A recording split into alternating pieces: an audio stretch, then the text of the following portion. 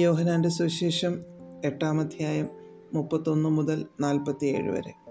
തന്നിൽ വിശ്വസിച്ച യഹൂദന്മാരോട് യേശു, എൻ്റെ വചനത്തിൽ നിലനിൽക്കുന്നുവെങ്കിൽ നിങ്ങൾ വാസ്തവമായി എൻ്റെ ശിഷ്യന്മാരായി സത്യമറിയുകയും സത്യം നിങ്ങളെ സ്വതന്ത്രന്മാരാക്കുകയും ചെയ്യുമെന്ന് പറഞ്ഞു.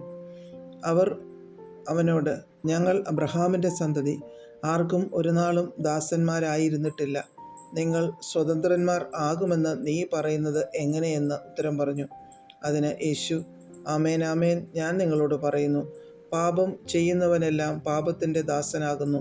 ദാസൻ എന്നേക്കും വീട്ടിൽ വസിക്കുന്നില്ല, പുത്രനോ എന്നേക്കും വസിക്കുന്നു. പുത്രൻ നിങ്ങൾക്ക് സ്വാതന്ത്ര്യം വരുത്തിയാൽ നിങ്ങൾ സാക്ഷാൽ സ്വതന്ത്രർ ആകും.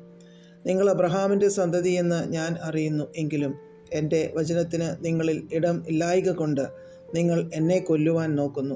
പിതാവിൻ്റെ അടുക്കൽ കണ്ടിട്ടുള്ളത് ഞാൻ സംസാരിക്കുന്നു, നിങ്ങളുടെ പിതാവിനോട് കേട്ടിട്ടുള്ളത് നിങ്ങൾ ചെയ്യുന്നു എന്ന് ഉത്തരം പറഞ്ഞു.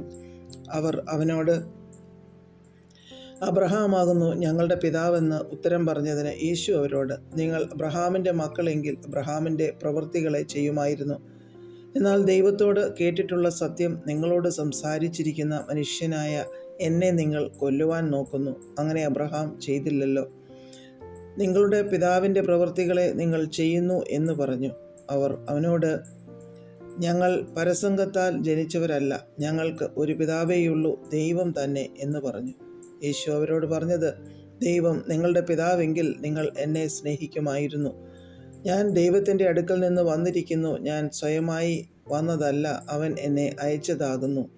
എൻ്റെ ഭാഷണം നിങ്ങൾ ഗ്രഹിക്കാത്തതെന്ത്? എൻ്റെ വചനം കേൾപ്പാൻ നിങ്ങൾക്ക് മനസ്സില്ലായ്ക കൊണ്ടത്രേ. നിങ്ങൾ പിശാചെന്ന പിതാവിൻ്റെ മക്കൾ, നിങ്ങളുടെ പിതാവിൻ്റെ മോഹങ്ങളെ ചെയ്യുവാനും ഇച്ഛിക്കുന്നു. അവൻ ആദ്യം മുതൽ കൊലപാതകൻ ആയിരുന്നു. അവനിൽ സത്യമില്ലായ്ക കൊണ്ട് സത്യത്തിൽ നിലനിൽക്കുന്നതുമില്ല. അവൻ ഭോഷ്ക് പറയുമ്പോൾ സ്വന്തത്തിൽ നിന്ന് എടുത്തു പറയുന്നു. അവൻ ഭോഷ്ക് പറയുന്നവനും അതിൻ്റെ അപ്പനും ആകുന്നു. ഞാനോ സത്യം പറയുന്നത് കൊണ്ട് നിങ്ങൾ എന്നെ വിശ്വസിക്കുന്നില്ല. നിങ്ങളിൽ ആർ എന്നെ പാപത്തെക്കുറിച്ച് ബോധം വരുത്തുന്നു? ഞാൻ സത്യം പറയുന്നു എങ്കിൽ നിങ്ങൾ എന്നെ വിശ്വസിക്കാത്തത് എന്ത്? ദൈവസന്തതിയായവൻ ദൈവവചനം കേൾക്കുന്നു, നിങ്ങൾ ദൈവസന്തതിയല്ലായ്ക കൊണ്ട് കേൾക്കുന്നില്ല.